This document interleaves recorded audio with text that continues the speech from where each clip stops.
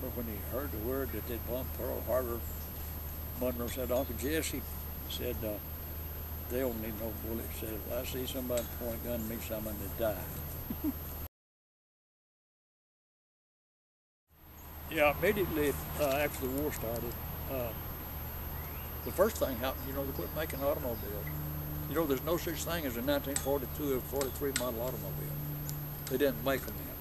Well, there were a few made, but they were made for the military. You just got one pair of shoes every year, and you wore them. If they wore out, you wore them anyway. You put cardboard inside of them, made a cardboard sole. Whatever you could do.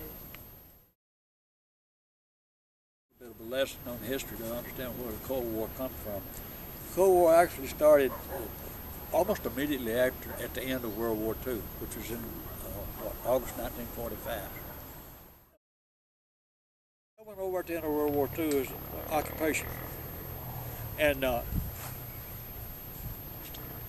while I was there, the Berlin blockade took place. But in the meantime, all the occupation, what we did all the time was patrol the border, keep the border secure, We was up patrolling. This is along the Czechoslovakian border. We go over this little hill that's right smack dab on the Czechoslovakian border.